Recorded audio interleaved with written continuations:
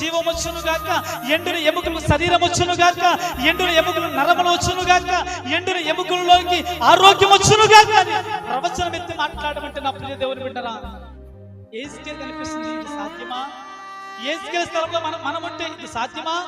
యేసుకే ప్లేస్ లో ఉంటే ఇది సాధ్యమా అనిపిస్తుంది కదా నా ప్రియ దేవుని బిడ్డరా. కానీ మాట్లాడేవాడు చెప్పేవాడు ఎవరు అంటే నిన్ను నన్ను మట్టి తీసి చెవులు నిర్మించి నీకు నాకు కాళ్ళను చేసి నీకు నాకు చేతులు చేసి నాసికా రంధ్రములో జీవవాయువు ఊదిన వాడు చెప్తున్న మాట. ఎండిన ఎముకలతో మాట్లాడు యెహెజ్కేలు చెప్పగానే యెహెజ్కేలు అంటున్నాడు, యెహెజ్కేలు ఎండిన ఎముకలతో మాట్లాడుతున్నాడు, ఎండిన ఎముకల్లారా,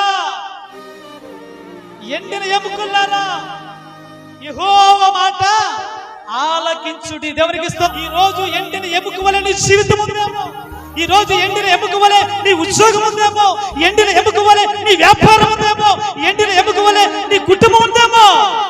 చేయవలసిన మొట్టమొదటి పని ఏంటంటే ఎండిన ఎముకల్లారా మీరు యెహోవా మాట ఆలకించుడి. దేవునికి స్తోత్రం చెప్పండి గట్టిగా, హల్లెలూయా.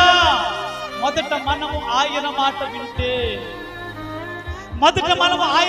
వింటే, దేవుని వాక్కు మన నాసికారంధ్రములోకి మన హృదయంలో చొచ్చుకొని పోయి అద్భుతమైన కార్యాలు మనం చూస్తాం. దేవునికి స్తోత్రం.